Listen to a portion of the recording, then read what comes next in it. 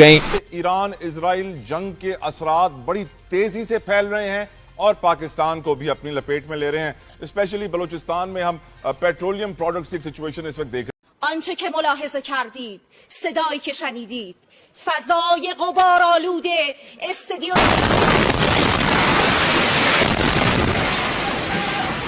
ایران کے سرکاری T V channel پر بھی میزائل داغ دیا۔ براہ راست نشریات کے دوران ٹی وی چینل کی خاتون اینکر سحر امامی سیٹ چھوڑ کر اٹھ۔ ہیلو دوستو، تہران میں اسرائیل نے پھر 3 بار اٹیک کر دیا ہے۔ نیوز روم میں بھی اٹیک کر دیا ہے اسرائیلی میڈیا۔ تہران میں اس وقت کیا صورتحال؟ اب سے تھوڑی دیر پہلے دوبارہ بمباری کی ہے اسرائیل نے۔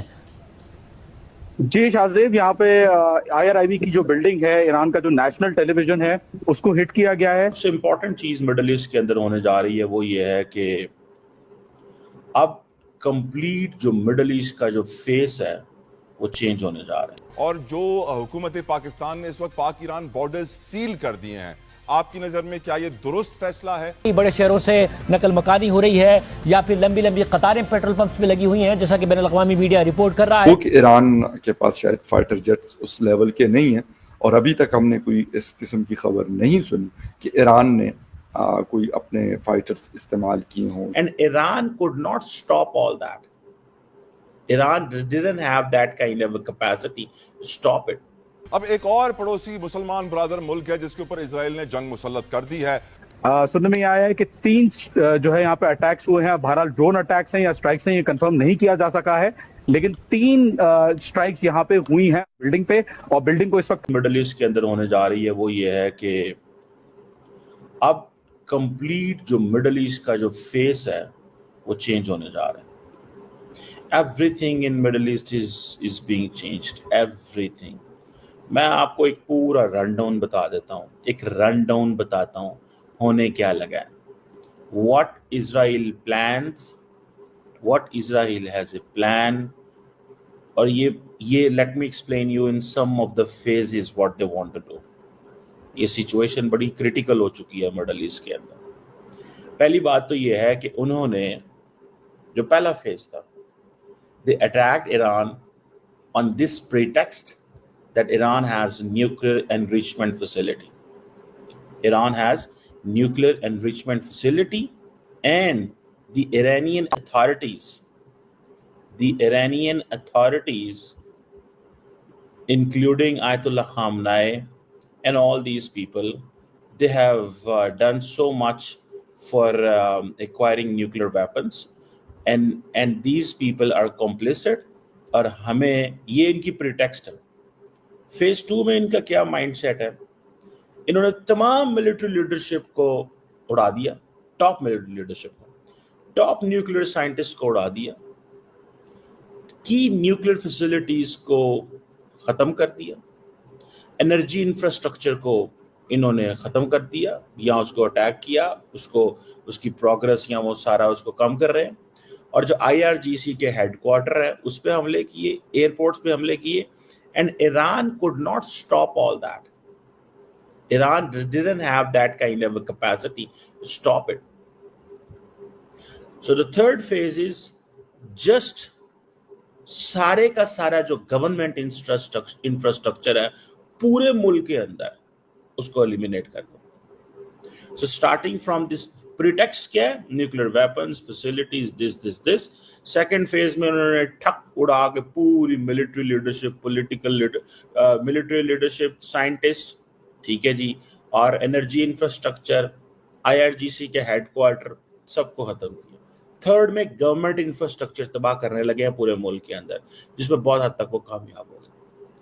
اب جو چوتھا فیز ہے نا، that is more lethal and dangerous, and that is where they are going to eliminate the key political leaders, including the supreme leader Ayatollah Khamenei. اب اگر یہ چیز ہو جاتی ہے، if they eliminate the key political leaders، جیسے میں آپ کو عرض کر رہا ہوں، تو پھر آپ دیکھیے گا کہ this is going to be a new Middle East. This is not the Middle East جو ہم دیکھ رہے ہیں یا جو نظر آ رہا ہے۔ وہ کہ ایران کے پاس شاید فائٹر جیٹس اس لیول کے نہیں ہیں، اور ابھی تک ہم نے کوئی اس قسم کی خبر نہیں سنی کہ ایران نے کوئی اپنے فائٹرز استعمال کیے ہوں یا کچھ ایسا کیا ہو کہ اسرائیل کا اٹیک روکا ہو، بٹ اسرائیل میزائل بھی ہیں ان کے پاس، اور اسٹیٹ آف دا آرٹ جو دنیا کے بہترین جہاز ہیں وہ اسرائیل کے پاس ہیں، اور انہوں نے اس کا استعمال کیا ہے اور وہ کر رہے ہیں۔ انہوں نے ریفائنریز، انہوں نے وہاں کا ٹی وی چینل اور واٹر سسٹم جو ہے ایون اس کو بھی نشانہ بنایا، اور وہ کہتے ہیں تہران کے لوگوں کو بار بار کہہ رہے ہیں کہ آپ تہران کو خالی کر دیں کیونکہ ہم ابھی اس کو چھوڑیں گے نہیں۔ اور اس کے جواب میں ایران کا یہ کہنا ہے کہ انہوں نے ہمارے یعنی ایک پورا نیچے سے لے کے اوپر تک جو ایک سسٹم تھا ان کا، اس کو ہلا کے رکھ دیا۔ ان کے جرنلز، ان کے جو اسپائی ایجنسی، اس کے چیف، ان کے آرمی چیف، پاسداران انقلاب کے چیف، سب کو مار دیا۔ تو اس پہ ایران کہہ رہا ہے کہ اب یہ چیز ختم ہونے والی نہیں ہے، اور اب ہم تیاری کر رہے ہیں کہ ہم اس حملوں کا جواب دیں۔ ہاں ایک بات ضرور ہوئی ہے کہ پہلی دفعہ اس طرح کے میزائلز کا استعمال اسرائیل کے خلاف ایران نے کیا ہے، اور اسرائیل میں بھی بہت نقصان ہوا ہے۔